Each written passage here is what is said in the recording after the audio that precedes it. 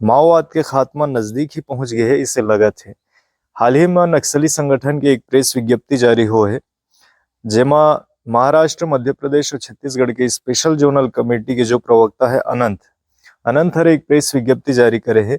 और छत्तीसगढ़, मध्य प्रदेश और महाराष्ट्र तीनों ही राज्य के मुख्यमंत्री से अनुरोध करे है कि हमन सामूहिक रूप से हथियार डालना चाहत हन, लेकिन हमन ला ओखर लिए 15 फरवरी सन 2025 तक के वक्त चाहिए।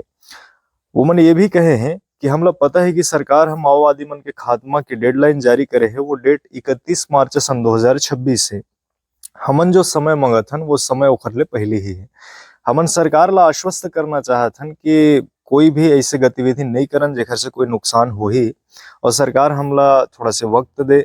हमर समस्त नक्सली संगठन है और जितना भी हमर हमर जो आदमी है सबसे हमन चर्चा करलन, ओकर बाद सामूहिक रूप से हमन हथियार डाले बर तैयार हन और मुख्य धारा में आए बर भी तैयार हन। ये प्रेस विज्ञप्ति के विशेष बात है और एकर से स्पष्ट हो जाते कि अब माओवाद लगभग खत्म होकर के कगार में पहुंच गए है और ज्यादा समय तक के माओवाद अब चल भी नहीं पाए, इसे स्पष्ट हो जाते। जय जोहर, मैं रवि कुमार, संगवारी एक्सप्रेस।